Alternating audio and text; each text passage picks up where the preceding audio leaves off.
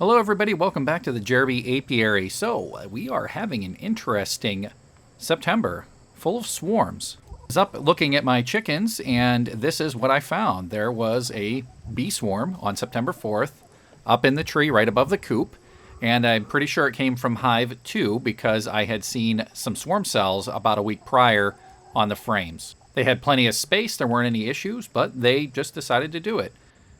I put together a swarm trap box just for the hopes of trying to catch them, and I put some frames in there, some of which were already drawn out and had some resources. I knew that may draw some other bees in there, but they needed to be cleaned up anyways. And I put some swarm commander in order to try to lure those bees in. It has some essential oils like lemongrass that they seem to like. This is the setup where I put it. It was placed underneath the swarm itself. I was debating a lot of different positions, but that seemed to work out the best for location for me. Unfortunately, it really didn't seem like they were that interested, as this is the next day. And bear in mind, this hive had already swarmed in the summer, as either late July or early August, so this is the second swarm. There was a little bit of activity the next day inside of the swarm trap, so I was hopeful, although I didn't see a lot of things moving in and out. My fear was they were probably just bees coming in and taking the free resources that were in there. There weren't many, but there were some. And that was confirmed when I took it down and inspected the afterwards, where the frames were completely picked clean, and we had a bunch of detritus from different cells being uncapped with the wax just being dropped to the bottom and chewed up. And there's even a wasp in there for fun. So, unfortunately, no dice. Fast forwarding a couple of weeks later, I decided to check on all the hives.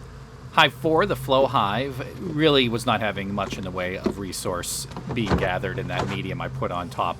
They did swarm after I put that medium on, so the swarm cells that they had started making when the flow super was on there did end up in a swarm. But now this is probably about a month later, and you can see lots of bees moving in and out of here. They're bringing in tons of resources, with beautiful colorations of pollen being brought in on their saddlebags. So that hive is building up, and I believe they will at least be strong enough for the winter. We're not going to be able to harvest, of course. So then I moved on to Hive 2, which had swarmed now twice this year, and I believe this was the source of the swarm in a tree that was in a place I could not grab and I didn't have the resources to get. And it's very quiet in there. There are bees, but nowhere near as many as there were just 2 months prior. And there were a bunch of hive beetles now instead that were trying to take over in those far frames, so I removed some of the frames from there. Zero brood. No brood, no larva, no eggs, just bees and resources, which I'm sure they even got robbed. There is a queen, though. I believe the queen maybe just isn't laying yet. I inspected really close. I didn't see any eggs, but no brood, no larva. That's not a good thing for trying to build up for the winter. I did mark this queen. This is 2021, so you use white for this year, although I wouldn't recommend freehanding it like I did. There's the leftover swarm cell from when they actually made that new queen. Moving on to Hive 3, and there are way less bees than there were the last time I opened up this hive. And there are hive beetles in the far frames because their colony numbers are low. As you can see, those things moving around on here. Creepy little buggers, but they should be gone soon once the winter starts getting closer. But yeah, this hive was kind of quiet. There are resources, and there was brood still, but there are no larvae, nor any eggs, so that's kind of concerning. And I thought I saw a super sedor cell there.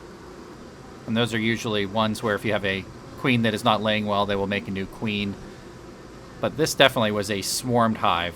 This hive had swarmed. There's minimal brood in a lot of the other areas, and there is a queen, and that queen was marked before, so that's a new queen. And so that's unfortunate because really was looking forward to Hive 3 doing well. The Hive 3 seemed to have been very successful up until that point. So had to remove frames from there and close them up. And again, that's another weak hive that I'm worried about going into the winter. On to Hive 1, that's the Rockstar Hive. That's the hive that was left over from last year that survived the bear attack and a swarm in the spring.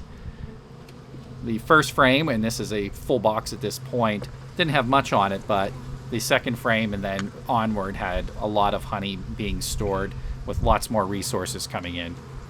Things are really looking fabulous for this one. I will be able to harvest off of this hive. I thought I was going to do it today, but I think I'm going to have to put it off a little bit longer, let them fill up those honeycomb a little bit more before going in. Last year I harvested, it was more like October as a matter of fact, which I may do this year as well. Just frame after frame of nice honey. I believe we had at least 7 frames that have the potential to be filled this year until we finally got into the brood. And that's just the beginning of the brood, and then we have lots more after that. So that hive is looking very good, very active, bringing in lots of resources, and they look like they're having a good time. I'm going to have to make a decision if I need to combine Hive 2 and Hive 3 together and take out one of the queens, but I'm going to have to wait and see if those queens start laying eggs and larvae and make sure that they are viable queens before even deciding to do that. And I don't know if that's the right play or not, but I think I'm going to have to, given what time of the year it is right now. But I'll give it another week or two and make a decision, and we will see from there. Thanks for watching. I really appreciate your support. If you remember to please like and subscribe and leave some comments below and let me know what you would do. So until next time, we'll see where they go. Thanks for watching.